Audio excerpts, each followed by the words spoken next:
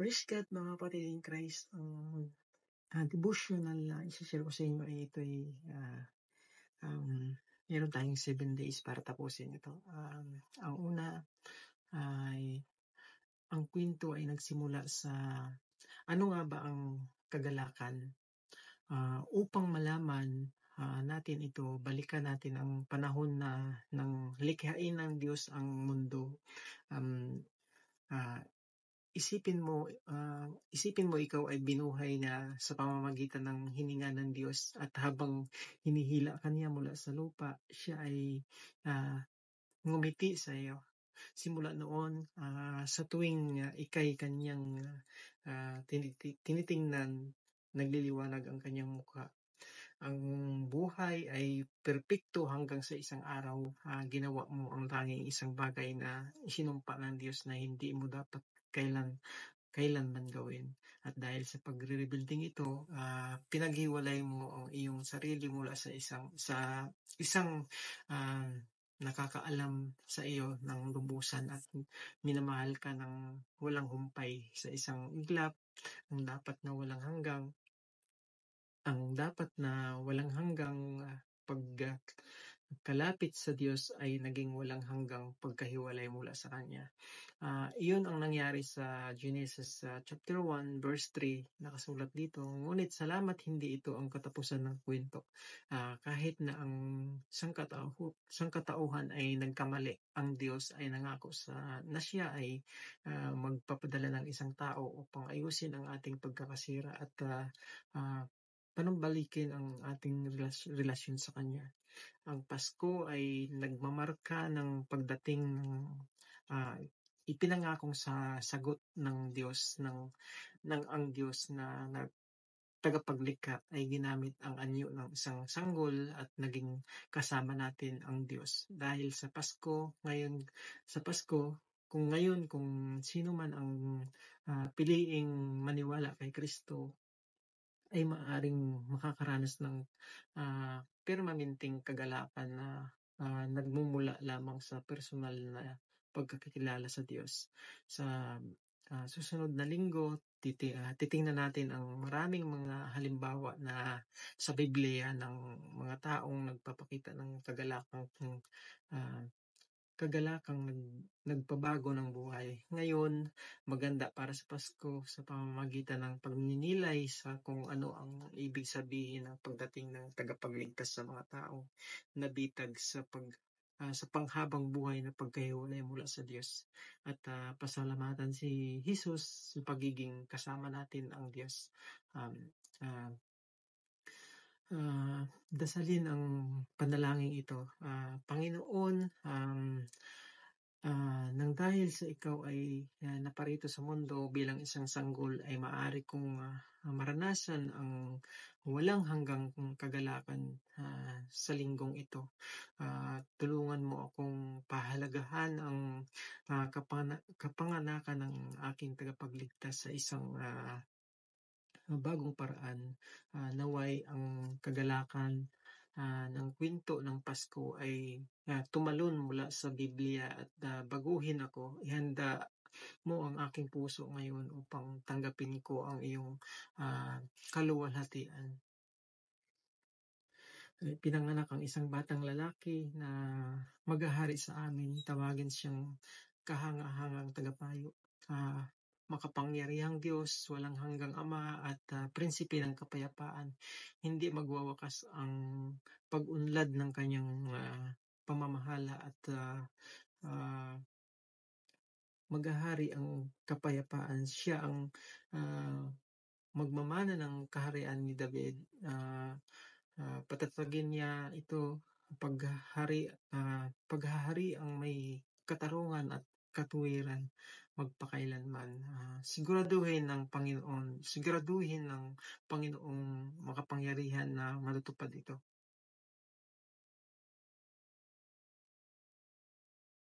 Dahil dito ang Panginoon na mismo ang magbibigay sa iyo ng palatandaan, magbubuntis ang isang birhen at manganganak siya ng isang sanggol na lalaki, at tatawagin niya ang bata na Emmanuel. At ito po yun, si Jesus Christ, mga kapatid ko in Christ. Praise God, mga kapatid in Christ. Uh, ito muli tayo sa devotion na i-share natin, pinamagatan natin a countdown for Christmas. Nasa pangalawang araw tayo ngayon. Ang ating pag-usapan ngayon is ang kagalakan sa anyo ng tao. Kapag naiisip mo ang salitang kagalakan, ano ang pumapasok sa isip niya? Sige nga, ikaw, anong pumapasok sa isip mo? Kung ikaw ay isang Israelita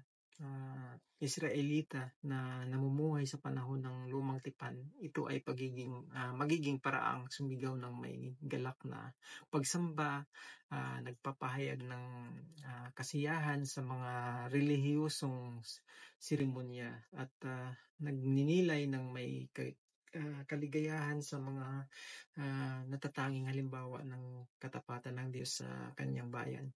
Ang mga bagay ay bahagyang nagbago sa bagong tipan dahil sa kapanganakan ni Kristo.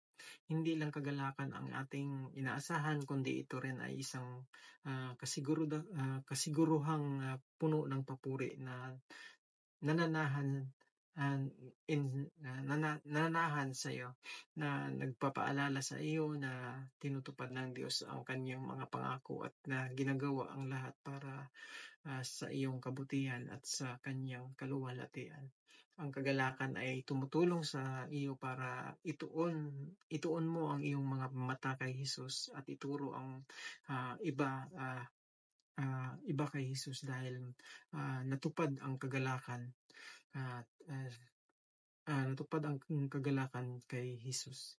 Sa pagpapatuloy mo ng pagdiriwang ng nalalapit na Pasko, sandaling maglaan ng oras upang magpasalamat sa Diyos para sa kagalakan na pumapasok sa mundo. Sa sandaling isinuko ni Jesus ang langit para maging Emmanuel, kasama natin ang Diyos. Dasalin ang panalangin ito. Panginoong Diyos, sa iyo ay nasa akin na ang lahat ng kailangan ko. Salamat sa pagiging kasama namin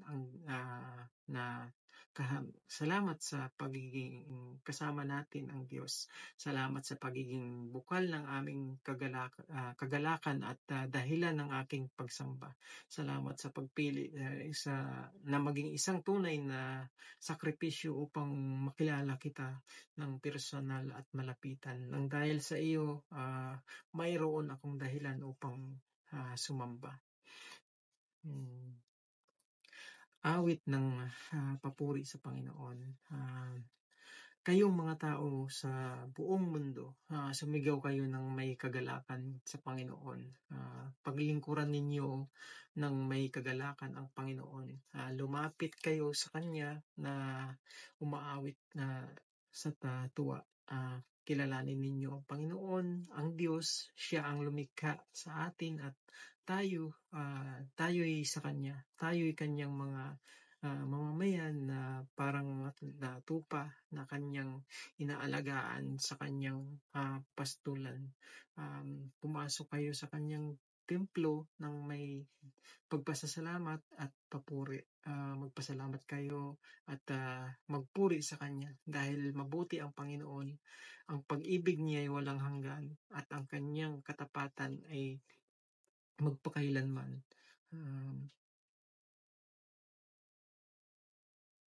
Bakit nga ba ako nalulungkot at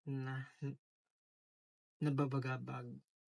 Dapat magtiwala ako sa iyo. Papurihin ko kayong muli, aking Diyos at tagapagligtas. Ako ang puno ng ubas at kayo ang aking mga sanga. Ang taong nanatili sa akin at ako rin sa kanya ay mamumunga ng marami, sapagkat wala kayong magagawa kung hiwalay kayo sa akin. Ang hindi nanatili sa akin ay tulad ng mga sangang itinapon at natutuyo at pagkatapos ay tinitipon at inahagis sa apoy para sunugin. Kung mananatili kayo sa akin at ang ang mga salita ko'y mananatili sa inyo. Ipagkaloob ko ang anumang hilingin ninyo. Napaparangalan ang aking Ama kung namumunga kayo ng sagana. At sa ganitong paraan ay ah, naipapakita ninyo na ang tagasunod na mga tagasunod ko kayo. Mahal ko kayo gaya ng pagmamahal sa akin ng Ama, mananatili kayo sa aking pag-ibig. Kung sinusunod ninyo ang mga utos ko, mananatili na ang pag-ibig ko sa inyo. Katulad ko, sinusunod ko ang utos ng aking Ama, kaya nananatili ang kanyang pag-ibig sa akin. Sinabi ko sa inyo ang bagay na ito para magalak kayo katulad ko at malubos din ang inyong kagalakan.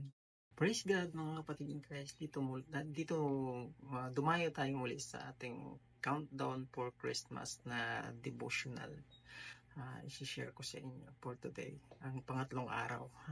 Ito po ay ito ay para sa lahat ng tao.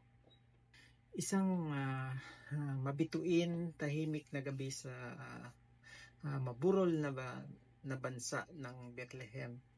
Sa iyong paligid, walang maririnig na kahit ano kundi ang hilik ng mga tupa at ibang mga pastol.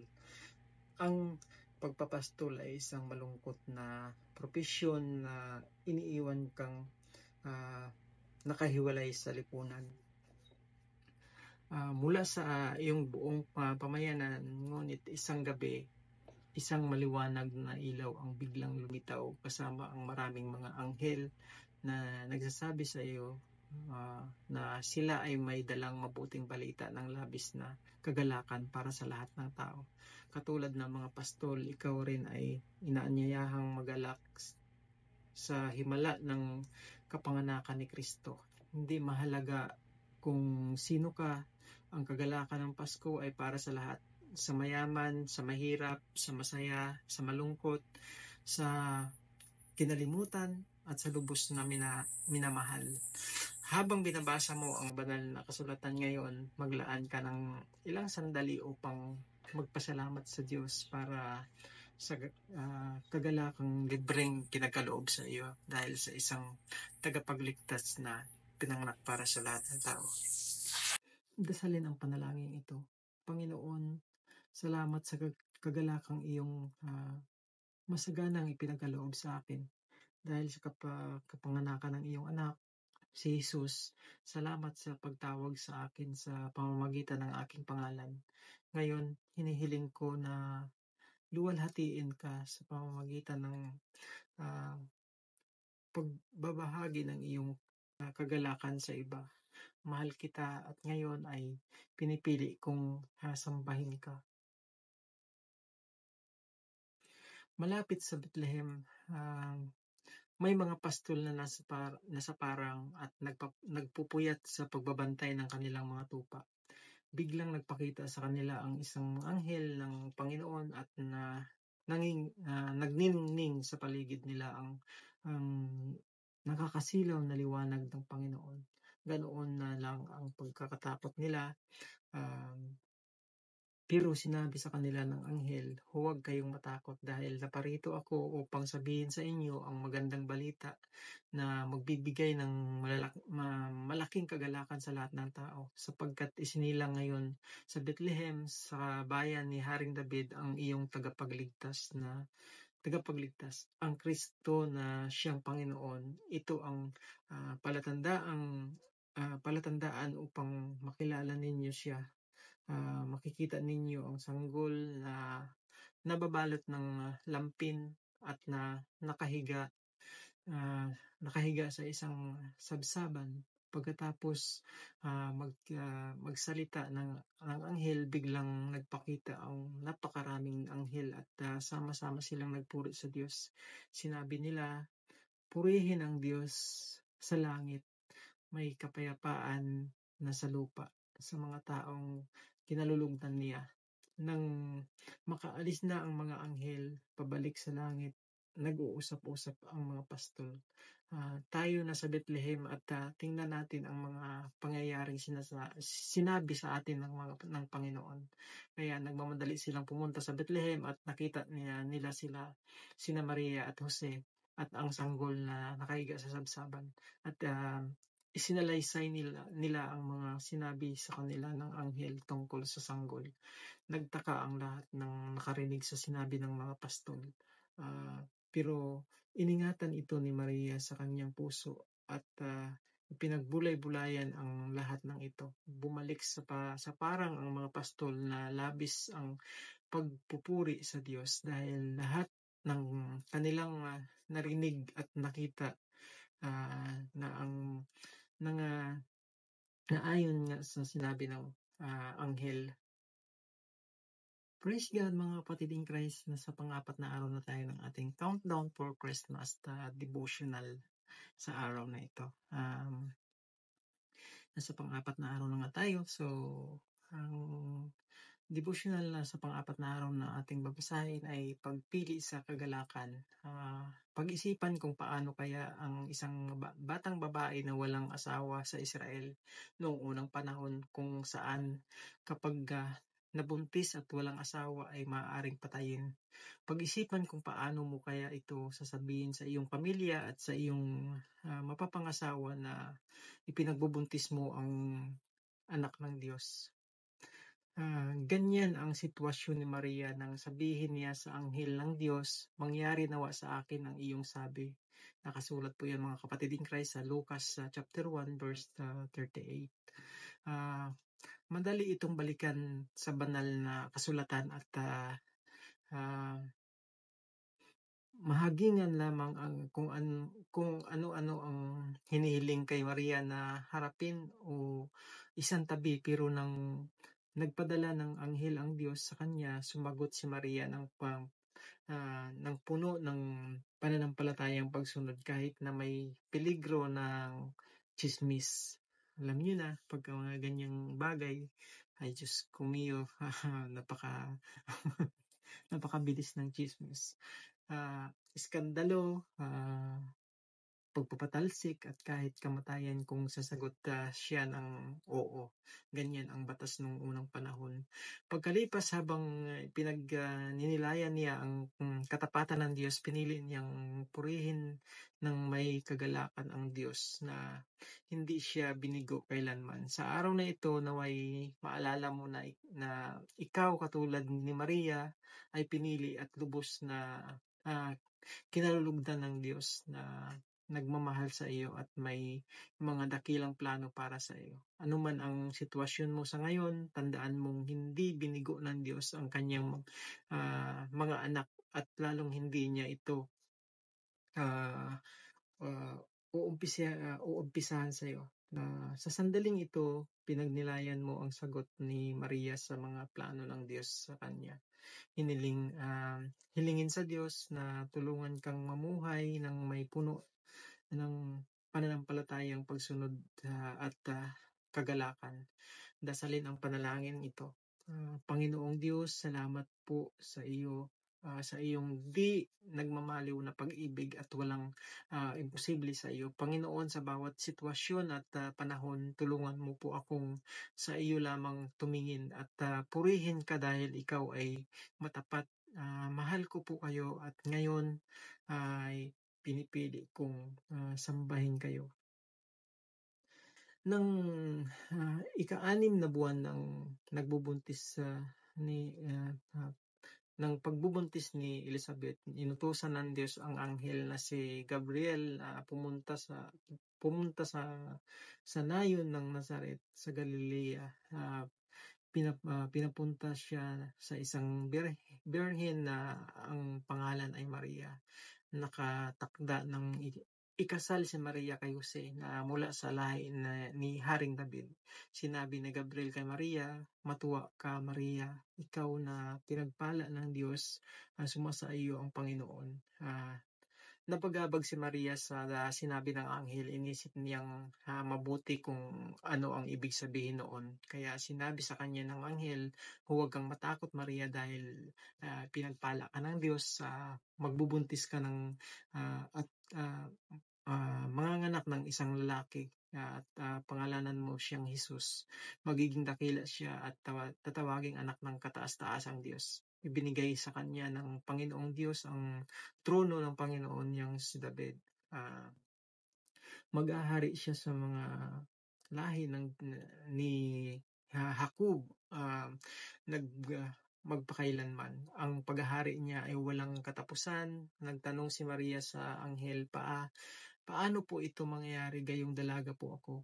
Sumagot ang anghel, sa iyo ang banal na espiritu at lililiman ka ng kapangyarihan ng kataas-taasang Diyos, kaya ang banal na sanggol na ipapanganak mo ay tatawaging anak ng Diyos. Maging ang kamag-anak mong si Elizabeth ay buntis din sa kabila ng kanyang katandaan. Alam lahat na baog siya, pero 6 na buwan na siyang buntis ngayon, sapagkat walang imposible sa Diyos. Sumagot si Maria, "Alipin po ako ng Panginoon, mangyari nawa sa akin ang mga sinasabi ninyo." At iniwan siya ng anghel. Hindi nagtagal, nag-ayos si Maria at dali-daling pumunta sa isang bayan sa kabundukan ng Judea kung saan nakatira sina Zacarias. Pagdating niya sa bahay nina Zacarias, binati niya si Elizabeth nang marinig ni Elizabeth ang pagbati ni Maria. Naramdaman niyang gumalaw ng malakas ang sanggol sa kanyang sinapupunan.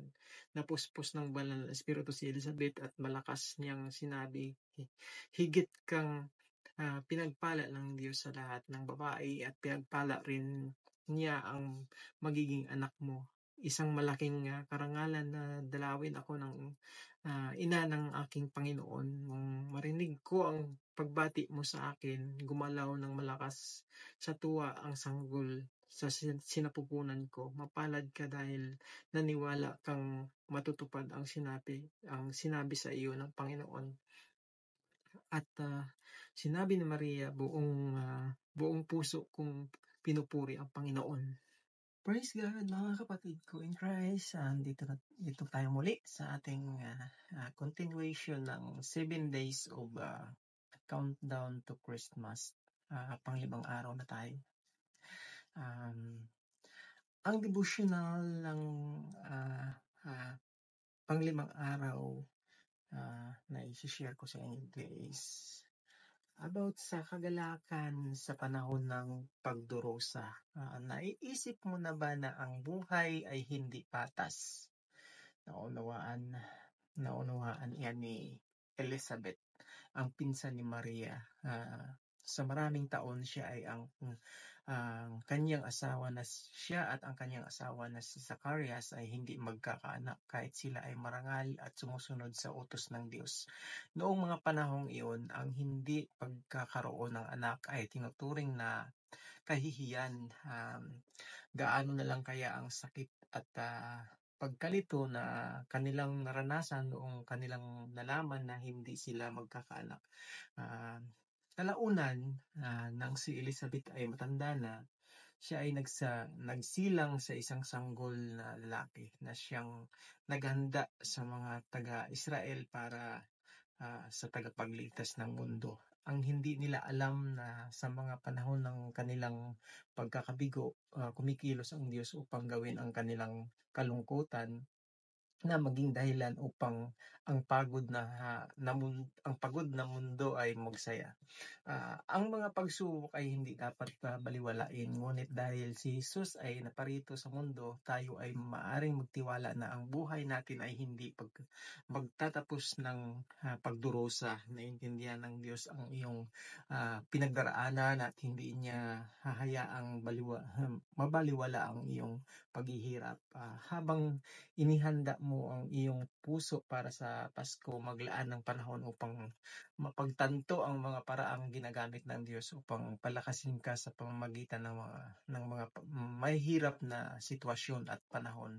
Ipagdiwang na ikaw ay kilala ng tagapagligtas na dumadamay sa iyong pagdurusa at hingin sa Diyos na ipakita sa iyo kung paano niya ginamit ang iyong paghihirap para sa kanyang kapurihan at sa iyong ikabubuti. Dasalin ang panalangin ito. Panginoong Diyos, sa bawat panahon ako po ay nagpapasalamat sa walang imposible para sa iyo. Kahit masakit ang mga pagsubok na naranasan ko, ako po ay nagpapasalamat dahil sila ay pansamantala lamang kumpara sa panghabang buhay na kaluwalhatian na inihanda ninyo para sa akin. Sa mga panahong labis-labis ang mga pagsubok sa buhay, na makita ko po sana ang mga pangyayari ayon sa inyong pananaw at tulungan po ninyo akong makita ang kagalakang itinala ninyo para sa akin. Mahal ko po kayo at ngayon pinipili kong sambahin kayo. Amen.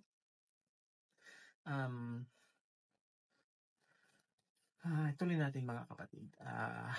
Magalak kayo sa tuwing dumaranas kayo ng mga pagsubok sapagkat alam ninyong nagdudulot ito ng katatagan sa inyong pananampalataya. Kaya tiisin ninyo ang mga pagsubok upang maging ganap na walang anumang pagkukulang ang buhay nyo.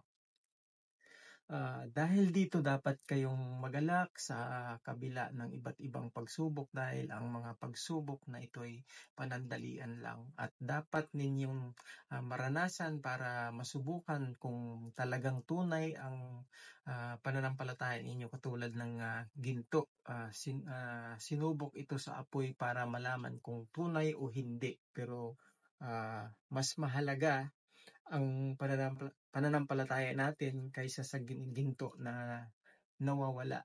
Kaya kapag napatunayang tunay ang pananampalataya niyo, papupurihan kayo at parangalan pagdating ni Jesucristo.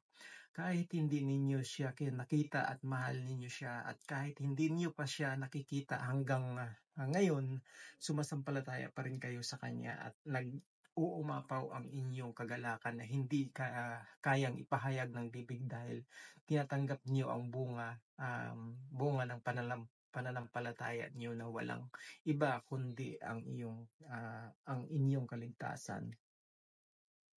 Noong si Herodes ang hari sa Judea, may isang pari na ang pangalan ay Zacarias na kabilang sa grupo ng mga pari na tinatawag na grupo ni Abijah.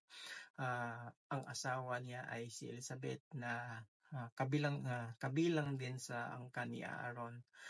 Silang dalawa ay kapwa matuwid sa harap ng Diyos. Maingat nilang sinusunod ang lahat ng utos at ang mga tuntunin ng Panginoon. Wala silang anak dahil baog si Elizabeth at matanda na silang pareho.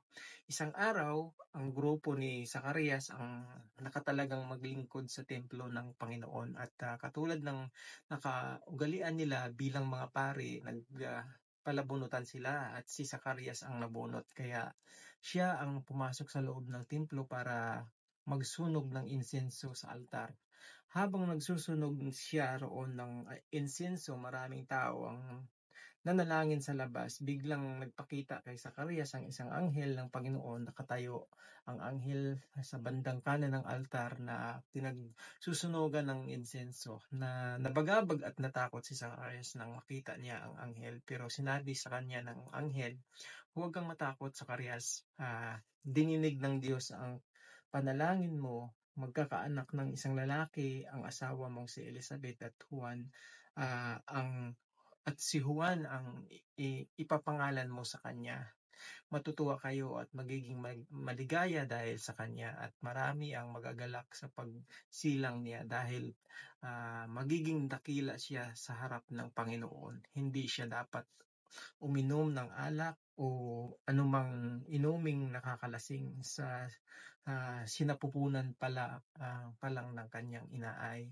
Sa kanya na ang banal na espiritu. Maraming Israelita ang panunumbalikin niya sa Panginoon na kanilang Diyos. Mauuna siya sa Panginoon upang ihanda ng mga tao sa pagdating ng Panginoon. Gagawin niya ito sa tulong ng banal na espiritu at sa pamamagitan ng kapangyarihang katulad ng kay Elias noon. Tuturuan niya ang mga magulang na mahalin ang kanilang mga anak at ibabalik niya sa matuwid na pag-iisip ang mga taong masuwayin sa Diyos. Sinabi ni Zacarias sa anghel, "Paano po mangyayari ang mga sinasabi ninyo? Matanda na ako at ganoon din ang asawa ko." Sumagot ang anghel, "Ako si Gabriel na naglilingkod sa harapan ng Diyos. Siya ang nagsugo sa akin para sabihin sa iyo ang magandang balitang ito. Ngunit dahil hindi ka naniniwala sa sinabi ko, magiging pipi ka. Hindi ka makakapagsalita hanggat hindi natutupad ang sinabi ko sa iyo, sapagkat tiyak na mangyayari ang sinabi ko pagdating ng panahong itinakda ng Diyos." Samantala, hinihintay ng mga tao ang paglabas ni Zacarias. Nagtataka sila kung bakit nagtagal siya sa loob ng templo.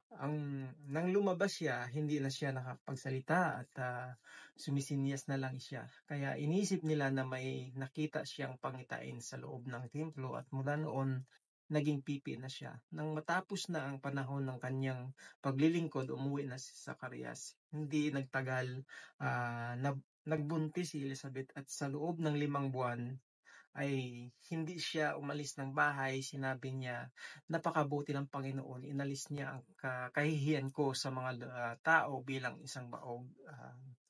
Um, Dumating na ang oras ng panganganak ni Elizabeth at nagsilang siya ng isang lalaki. Nabalitaan ng mga kapitbahay at mga kamag-anak niya kung paano siya pinagpala ng Panginoon at nakigalak sila sa kanya ng ng 8 araw na ang sanggol. Dumalo ang mga kapitbahay at mga kamag-anak sa pagtutuli sa kanya sa kanya.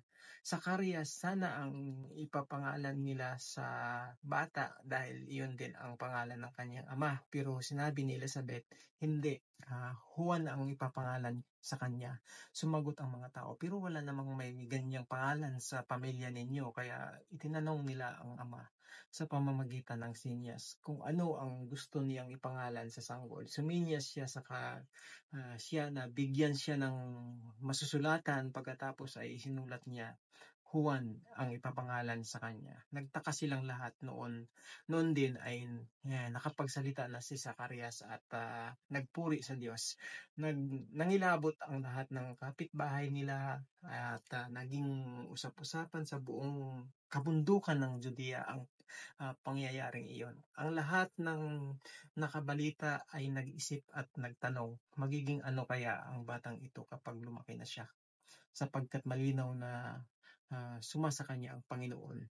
Napuspos ng banal na espiritu ang ama ni Juan na si Zacarias at kanyang ipinahayag, "Purihin ang Panginoong Diyos ng Israel, sapagkat inaalala niya at tinubos ang kanyang bayan. Sinugo niya sa atin ang makapangyarihang tagapagligtas mula sa angkan ng lingkod niyang si David." Ito'y ayon sa ipinangako niya noon pang unang panahon sa pamamagitan ng kanyang mga banal na propeta. Ipinangako niya na ililigtas niya tayo sa ating mga kaaway at sa lahat ng napupuot sa atin.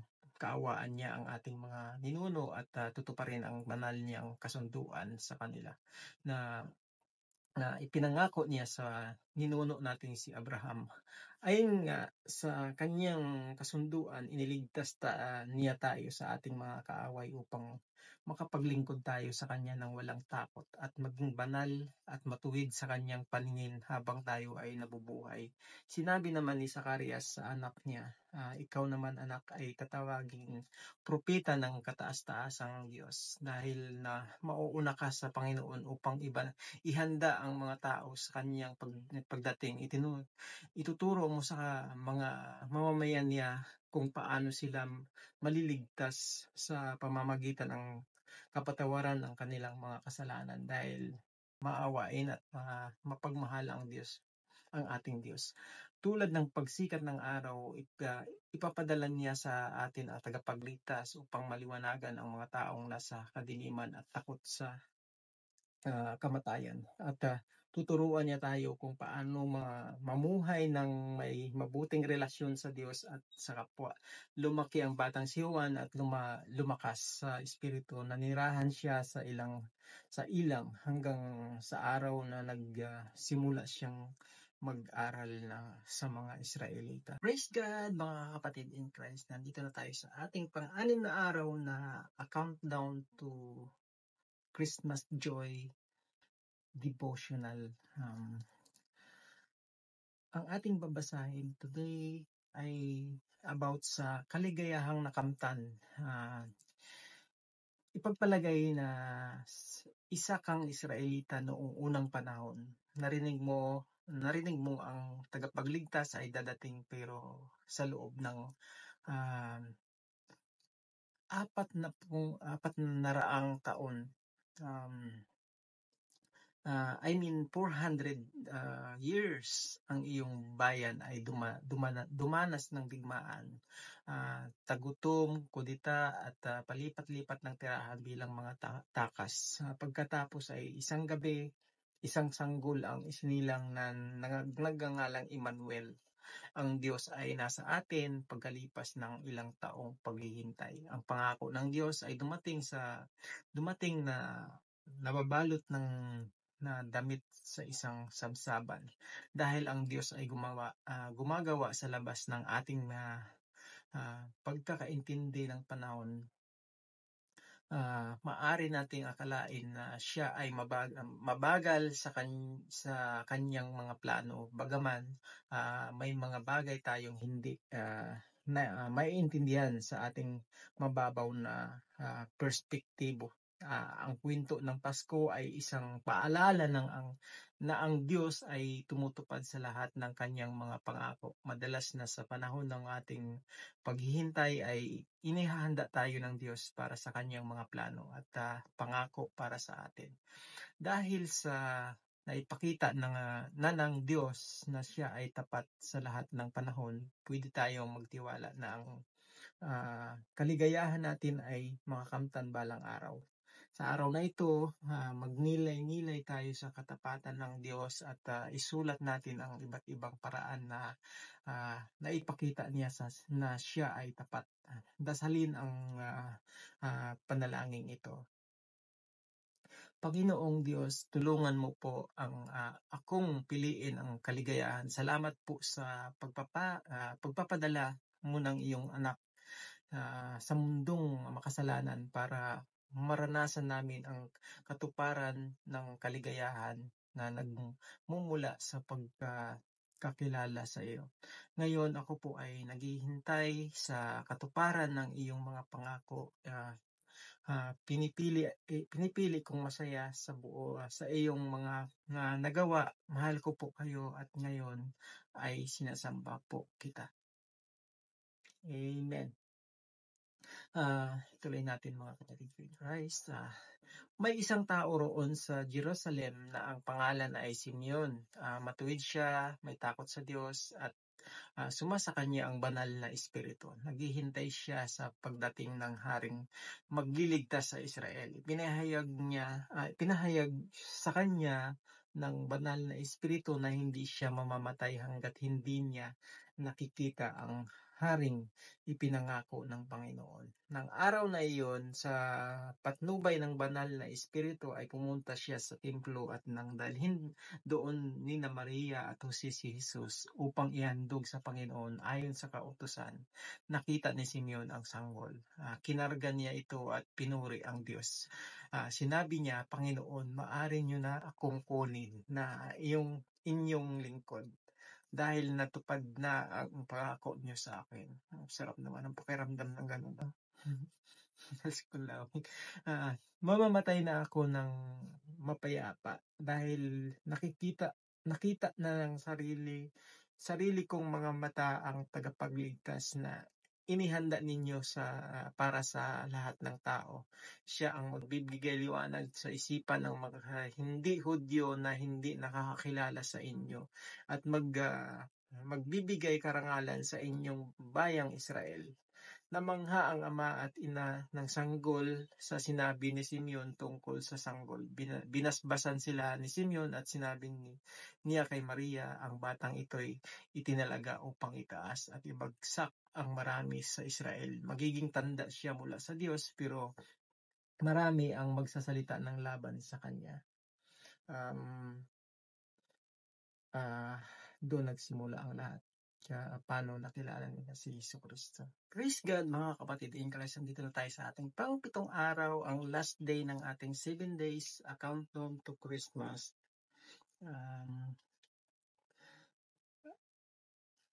Ang ating pag-usapan ay about sa mamahaling regalo. Wow!